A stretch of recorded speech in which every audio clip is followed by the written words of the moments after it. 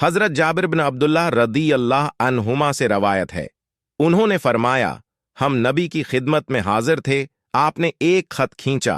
फिर उसकी दाएं तरफ 2 खत खींचे और बाएं तरफ भी 2 खत खींचे,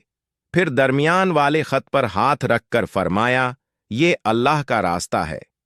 फिर ये आयत तलावत फरमाई, वान हज़ा सिराती मुस्तकीमन,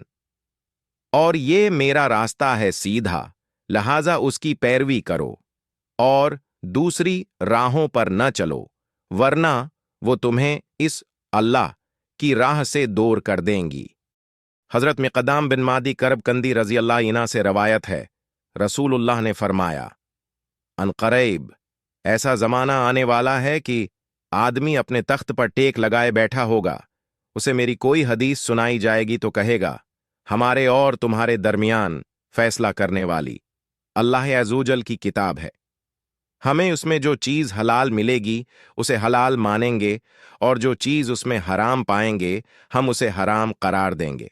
सुन लो,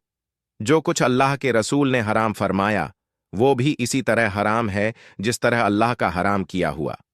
हजरत अबू राफ़े रदी अल्लाह अन्हा से रवायत है, रसूलुल्लाह ने फरमाया, मैं तुम में से किसी को इस हाल में न पाऊं कि वो पलंग पर टेक लगाए बैठा हो, उसे मेरे अहकाम में से कोई हुक्म या मुमानात पहुंचे और वो कह दे, मैं नहीं जानता, हम जो कुछ अल्लाह की किताब में पाएंगे उसकी पैरवी करेंगे,